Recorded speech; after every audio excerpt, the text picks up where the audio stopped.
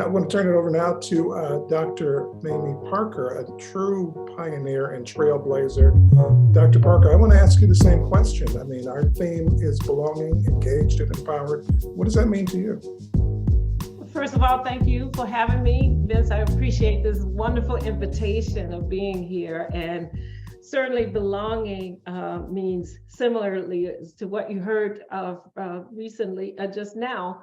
Belonging meaning it begins with us. That's how I see it, both internally as well as externally. It's who we are, who we include, and it's also about those that we exclude. It's about that powerful, privileged people making sure that they validate our presence. It is about feeling safe in the outdoors. It's feeling like I belong there. It's, as I think about it, it's about us all feeling the comfort, the contributions, and the connections, the 3 C's. It's all about us overcoming our fears. It's about us feeling some discomfort, some uncertainty, but feeling like we really, really belong and that we're in the right place. And as I think about my travels all over the world, when I felt most in a place where I belong, I was outdoors, but I was also with my African brothers and sisters and on corners and coffee shops, people that were caring and sharing, and more of a reflection of people that looked like me and thought like me, and but also had their differences of opinions about situations. So it's about having champions that acknowledge their struggles that we have when people don't feel like they belong. It's about leadership listening to those that don't feel like they belong. It's about building trust over time. And then finally, belonging is being consistent in all of our follow through. I'm concerned, and I'm almost done now, but I'm concerned and want to make sure that a lot of what we're doing now, and when it comes to diversity and inclusion, is not the flavor of the month. So belonging is something that's sustainable. It's going to be there for a long, long time. Excellent. Thank you, Dr. Parker. And then I'll go ahead and turn it over to you for your presentation. Okay, so again, I want to thank you all for inviting me this morning to this great program. I'm so excited to have known about it and heard about it from the U.S. Fish and Wildlife Service folks like Kim and others that are will be in the audience and hopefully cheering us on. I thought about belonging and wrote the title Passion, Inspiration, and Excellence. And when I think about belonging, it's all about that.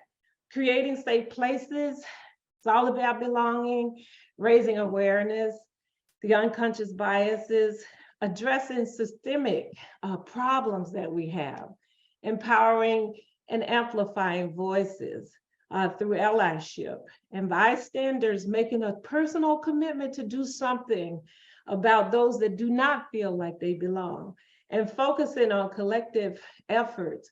But also, we got a lot of things in governance and in our organizations that, in my mind, is really, really making it where we are not making folks feel like they belong, or we ourselves don't feel like we belong. And so now I'll just say that I'm around quite a few young people, and they tell me all of the time, they say, Dr. Parker, do the thing. In fact, Latrice Sneed sent me an email this morning, Bonsai Leadership, and that's exactly what she said, is do the thing. And this morning, as I think about what that means to do the thing, it's all about passion, it's all about inspiration, but more importantly, setting the standards of excellence that we talk about. Assessing a situation, having a bystander that actually who will do something for us, that will speak out and say, that's not okay. If they don't always feel like they have a direct response or delayed response, that say, I saw what happened, it is not okay. Finding out if they want someone that the victim or the person that's feeling like they don't belong, they want someone to speak up on their behalf. or if they can't do it themselves, to delegate it to a third party, someone that's even more influential than them, to really speak out and speak up. It's about, in many cases, documenting what we've heard in our minds, in our hearts, and to others, watching future patterns to make sure it doesn't happen again. Today is International Women's Day, and I had the privilege of going to Abu Dhabi and Dubai for the Forbes 30 over 50 Summit, Women's Summit. What a great place to be in the presence of those that inspire us, those that really make us feel like we belong when we're around our other brothers and sisters, mostly sisters, that are encouraging each other. So belonging is all about inspiring ourselves, but having others to inspire us as well. The passion, thinking about those stretch goals that we have. It's about calling out racism. It's about eliminating those factors that we hear about, you don't belong or I don't belong. It's about acknowledging those historical traumas that have occurred in our lives, the psychological safety concerns that we all have, but we have those deniers out there. And I want to say we got to dump the deniers. They're there, and we have to make sure that we continue to bring it to their attention, that we don't always feel like we're in a safe place. And it's not always physical safety. In most cases, it's psychological safety. Understanding that early childhood experiences, they will have an impact on us. And that also, again, not only allyship is what we need to increase, but also we have to undo many of those unconscious biases that we have. Passion, the belonging, the passion, the inspiration, and the excellence. It's right now, those individuals that are in the audience, those individuals that will be listening to this recorded message, asking these questions. Why should we do this? Nature is so important to all of us. Why should we do this? People are so important to all of us. What keeps us from doing it? And I'm convinced that usually it's related to fear, when we don't make people feel like they belong, or it's about tunnel vision, where we're just trying to be so effective that we forget all about those that are around us that don't always feel that way. How can we show support? And so when I think about all of this and my why, as you can see on the screen, working with some kids in a STEM program with the Links Incorporated, or working with my sorority in Alpha Kappa Alpha Sorority Incorporated, the message that I hear all of the time from some great speakers, the children are waiting. The children are waiting. And I say that because I think about most of the time when we think about belonging, when we think about people that influenced our lives, I have to go back to my mother, Miss Cora Parker. They called her Miss Piggy. She's the essence of my being. And here I'll say is a lot of times when we think about belonging, we think that we have to be someone in a very influential position of power to help others to feel that way, or for ourselves to feel like we belong. But my mother had what I thought was an 8th grade education. I found out recently through Ancestry.com and looking at some paperwork that actually it was a 5th grade education, but she was the Oprah of the outdoors. Women came to her all the time, and she told them what they needed to hear and feel, and they in turn helped her feel like she belonged. And it was amazing because she had already had 5 boys and 5 girls and was about to have her 11th child. And she said, I'm going to take that child outdoors to experience nature. And it was amazing because the other children, they really didn't like being outdoors that much because they had to be out there. We grew up in rural Arkansas and northern Louisiana. But my mother did take me outside, and she taught me a lot of life lessons. By the time I was 9th grade, I learned more about conservation and ecology. We had cotton fields that we worked in and we picked. We also did a lot of fishing. In fact, most of the protein in my diet came from the fish that I ate or the animals on the land. Nature was there. Nature was what helped. but also pesticides and pollution was there too. And I saw a sign recently that says, y'all stop killing us. And this is so true because later on, I heard Marvin Gaye's song, Mercy, Mercy Me, things are not like they used to be. He said, what happened to the blue skies? He said, radiation in the air. And then he said, fish had mercury in it. And that in itself made me think about what I was taking into my body and what is it that I could do? How could I take that passion and turn it into something that would make a difference in life? How could I save others? But of course, this was an environment of people that didn't look like me in the conservation world and the environmental world, in all these organizations, even to this day. So it was always kind of difficult. But again, finding those allies that are there to help you. So by the time I was third grade, it was time for us to integrate our public schools. Eisenhower had come to send those troops into Little Rock Central High School. I happened to have been born on his birthday and named the same name as his wife, Mamie, First Lady. First little Black girl in that third grade class.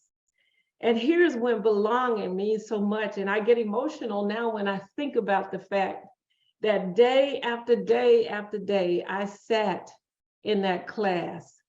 I sat out at recess all by myself because many of the white kids were told, you do not play with Black kids. You do not talk to Black kids. And that was a horrible time, a time when you really didn't want to continue on, a time you wondered how in the world could a parent do something like that to you, not looking long-term to think that she was trying very hard. She was a part of the movement and she was using me as an instrument. But one day, after I was ready to just give up and didn't know what to do, a little girl came up and she saw me sniffing and she thought I was crying. I wasn't crying at the time. And she gave me a piece of gum though. And she was a juicy fruit gum. And she said, here, chew this. And she said, it always makes me feel better. And then she said, what, you're not crying, you always look sad. And I said, you know, I'm alone. I don't feel like I belong. I don't feel like I really belong here. And no one plays with me.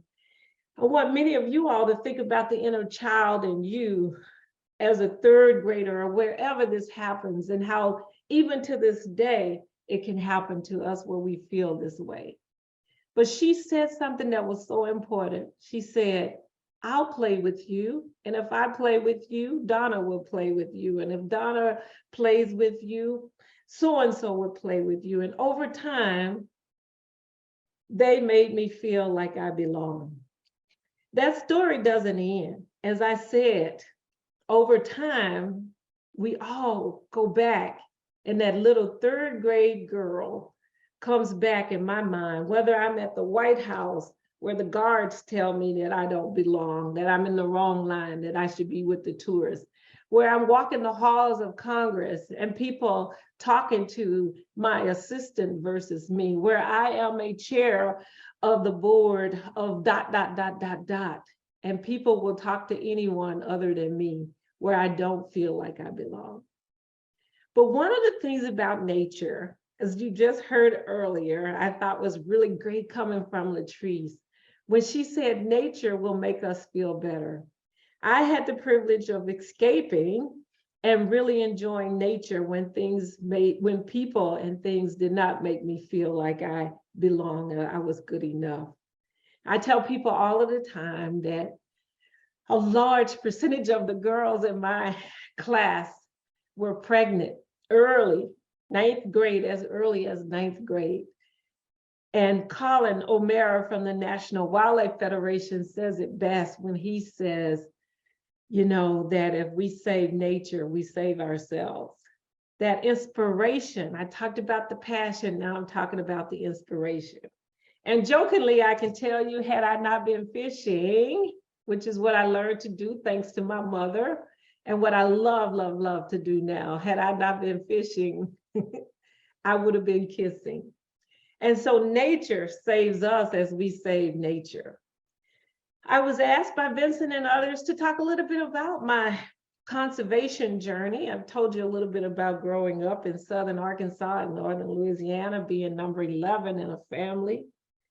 And that was leaving Arkansas, overcoming those fears, moving to Wisconsin, working hard to feel like you belong, realizing that it's not totally your responsibility to do that. It begins with us, but there's a role and responsibility that our leaders have to do to make us feel that way.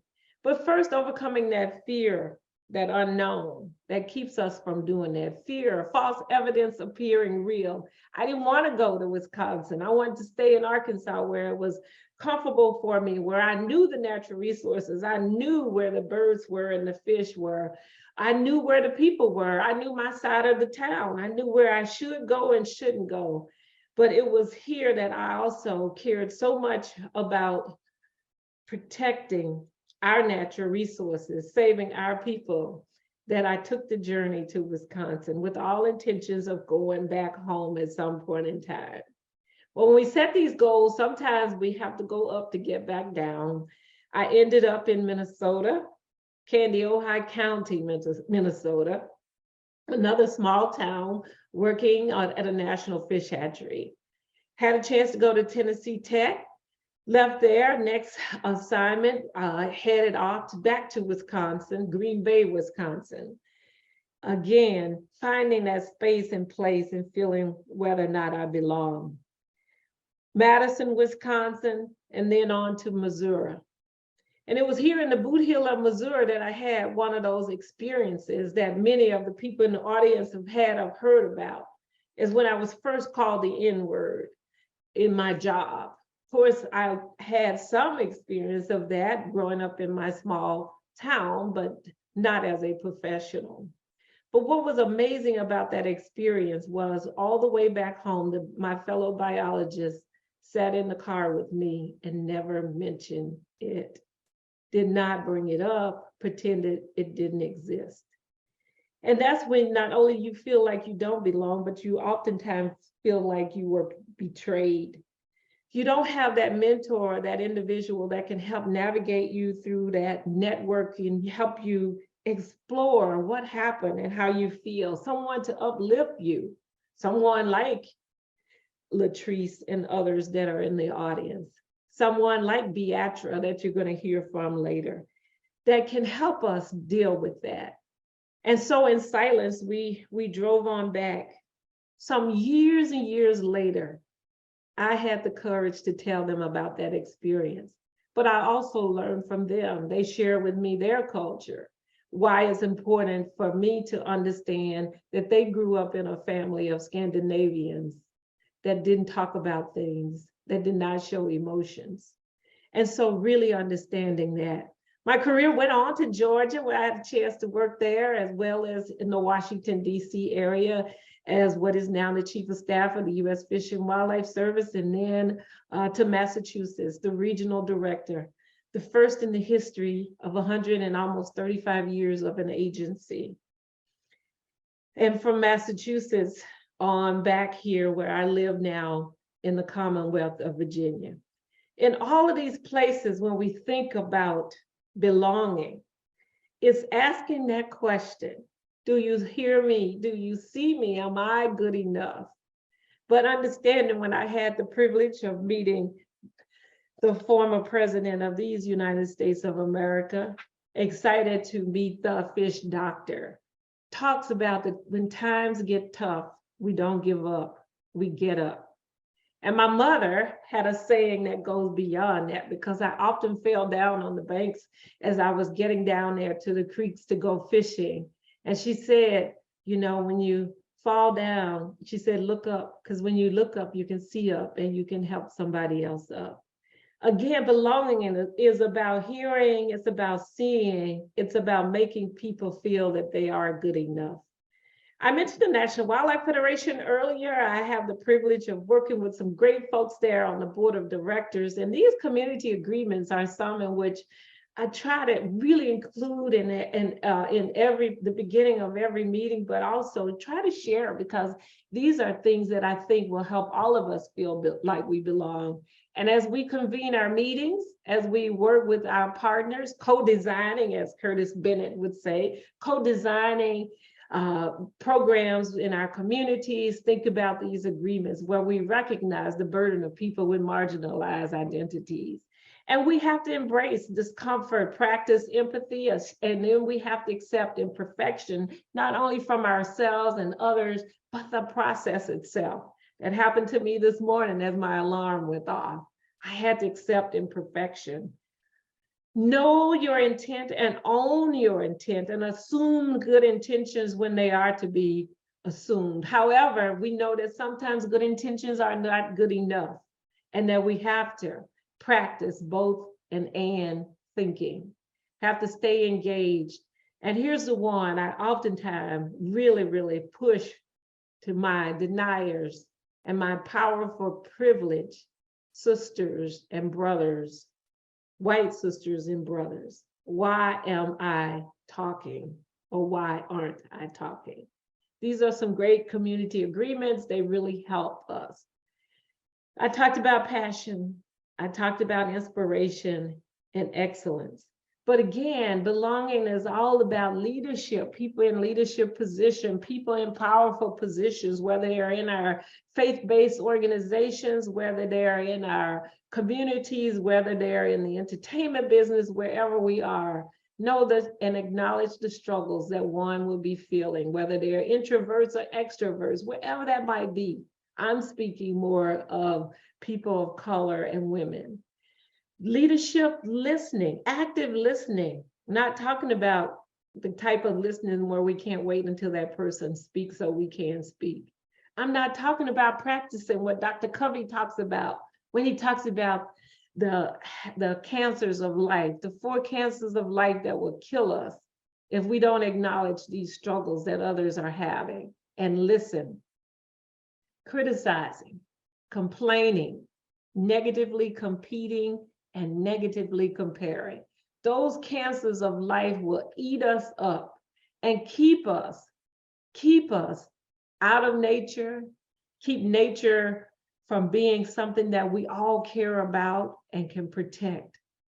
Keep us from feeling like we belong out there on a stroll, on a walk, and not do like what happened to me often, where I'm suspected of being there unintentional on national wildlife refuges and other places where I'm often asked if I'm lost.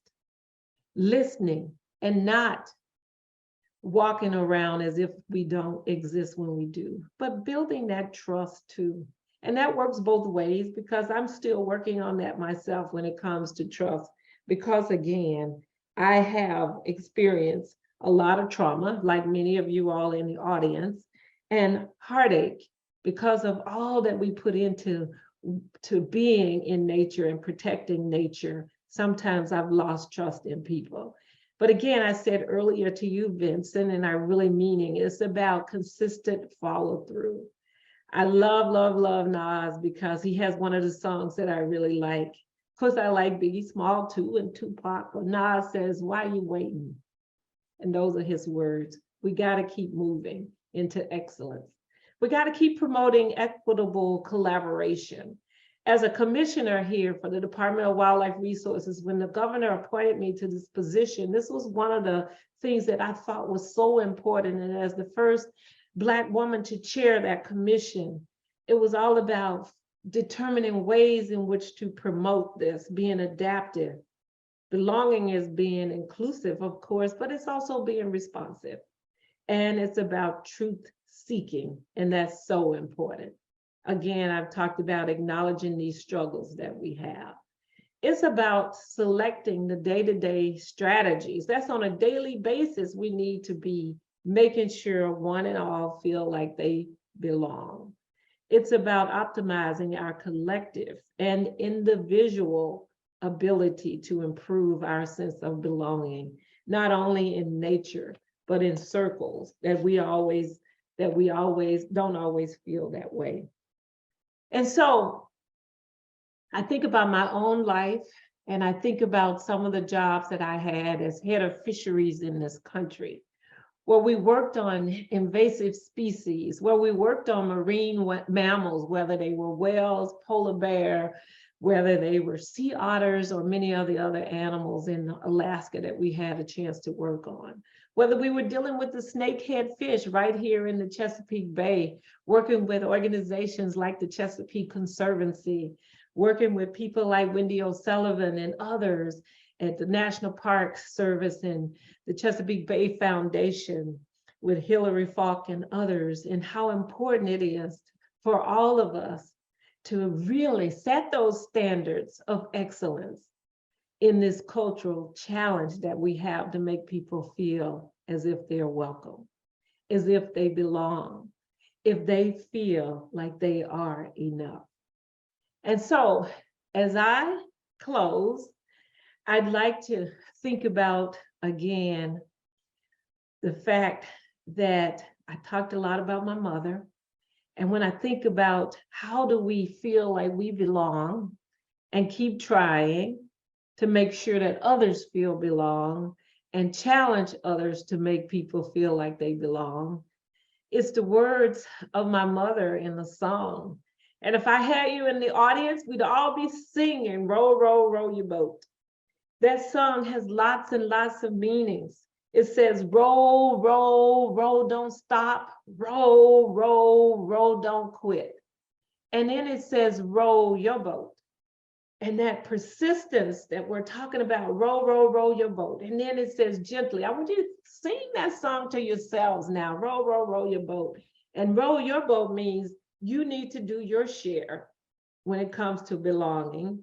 And you also need to know that we shouldn't give up. Had I given up, if I had not had that little girl that encouraged me to keep going and growing, if I had not had people like Lynn Scarlett and others that have encouraged me to keep going and growing, I would not be where I am. So row your boat. And then that also means sometimes stay in your lane. Sometimes we're so busy in other folks' lanes, we don't have time to do our own work. Row, row, row your boat. And then it says gently. As you can imagine, I never belonged when I worked in a group of all men. Most of the time, my job included all men. But I learned to find my own space and place too, and set up an environment where I didn't have to worry about belonging to somebody else's environment, belonging to my own and setting my own standards and bringing people into that, where I didn't have to be Rambo, where I didn't have to act like a man to be in a man's world. I still love my lipstick and I still wear some high heel shoes, not the red bottoms, but still some high heel shoes. I still love my sorority and I love the Links Incorporated and many of the other organizations that I'm a part of. My lace, as you can see there on my wedding day. So it's all about gentle. It's all about me being a great leader, but a Rambo type leader. And then finally it says, life is but a dream. As I close, I encourage you all to think about row, row, row your boat. And then it says, gently down the stream, merrily be happy. Life is but a dream. I know we can, we will, and we must make people feel like they belong. And so as I close, I encourage you to continue to show that passion, that inspiration, and that excellence. Thank you so much for your time and attention. Wonderful message, Dr. Parker. I want to ask you a couple quick questions. I have two young daughters, so I definitely want to try the fishing versus kissing. I like that very much. Nature saves us. Nature saves us, right? But more seriously, I actually live in Florida. Mm-hmm. And if you watch the news, you see they are trying very vigorously to turn the clock back. How important is it for us to maintain and be motivated in this continued struggle for inclusion? Absolutely. And, you know, I live in Loudoun County, Virginia, which is another one of those areas where we heard about cancel culture, where we've heard about the fact that they've taken books out of our libraries and talked about parents having rights and you know, it is somewhat very sad that we're going through this. But I really feel like the answer is really amplifying our voices. We don't always speak. I think about student loans, and I hear them talking about taking those away from us. And I think, where are the voices? Where are the voices of the people that really have benefited from those, including myself? And so I think part of it is that we have to continue to amplify our voices in places we don't always go. I go on the Hill quite frequently, and I don't see a lot of us on the Hill walking those halls, talking to members of Congress. That's what they relate to, and that's what they listen to. And that's the elected officials. But also, I'm really pleased to see our faith-based organizations. They said, if they're going to take these books out of our schools, we're going to bring these books to our churches and allow our folks to read these books. Trinity Baptist Church, Trinity Church in Chicago, they're doing a book club and they're reading I Know Why the Caged Bird Sings by Maya Angelou, my former Arkansan. So I think it's mobilizing ourselves to look for alternative ways to get these things done, amplifying our voices, I think. And still, I know it just might sound hokey, but also in order for us to really, really make people feel like they can overcome isolation, trauma, micro and macro aggression, we got to continue to spread hope. People have to hear stories like my story to know, and your story and others, to know that if we can make it, if we can make it, we can help them try to make it too. So it's our responsibilities to be mentors to others, to uplift them. You know, and when you talk about mentoring, how important is it to help our children as well learn how to raise their voices, you know, appropriately, but effectively? Mm-hmm. How important is that? I think that, thank you for asking. I think that's very important, and it's amazing to me. Their voices are sometimes heard more, people listen to them more than they listen to us. So it's very important. If you think about many of the ads, what do you see? You see children there. I think about all of these organizations that just really woke up after George Floyd, murder and in 2020. I look now in a lot of nature magazines and publications. People really tried hard to show representation. And in many cases, they've gone to the children to do that. But we have to help them practice too. We have two organizations that I meet with once a month, a group of 4th, 5th, and 6th graders and a group of middle schoolers in the National Society of Black Engineers. And we're teaching them about lobbying. We're teaching them about how do you develop your message and how do you take that message to people that listen. And go back 40, 50 years ago to the recycling initiative. It was started and really finished, in my mind, not by the adults, but because of the children that went home and told their parents that. And in 2020, my friends, whether it was on the board, I'm on Duke University's School of the Environment Board, and the chair told me that her son came home and said, "Mom, what are you going to do? You know, what are you and Dad doing about this?" So I really believe that those voices being amplified is something, and mentoring is so important. And then I'll finish by saying mentoring, Vincent, it's not just one-sided. That's the main point, is that you learn as you go. Like the country and western song, it says that sometimes you lead and sometimes you follow. Just a couple seconds left, actually. Also, the importance, and everyone attending this conference probably already knows this, but it certainly helps to emphasize it, the importance of getting children connected to nature. I mean, mentoring them on the advocacy side, very important, but just getting basic connections to nature. Getting them connected, getting them to overcome the fears, because it's been ingrained in them that, and there's some validity to this isolation and that fear and the micro and macro aggressions and all of those things. They say, forget this, I'm going where I feel most comfortable.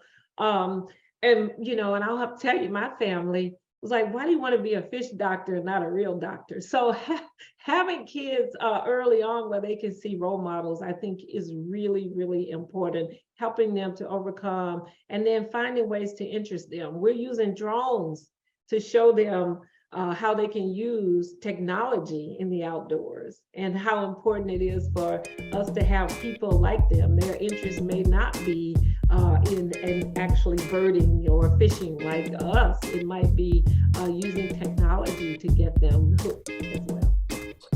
Dr. Parker, thank you so much for sharing your time and your expertise with us this morning. Love everything you said. And again, I will be taking home fishing versus kissing my two daughters. So again, thanks so much. Thank you. Passion, inspiration, and excellence is what I've seen with you all and what you're doing. So congratulations. Hopefully you'll have a wonderful conference. Thanks.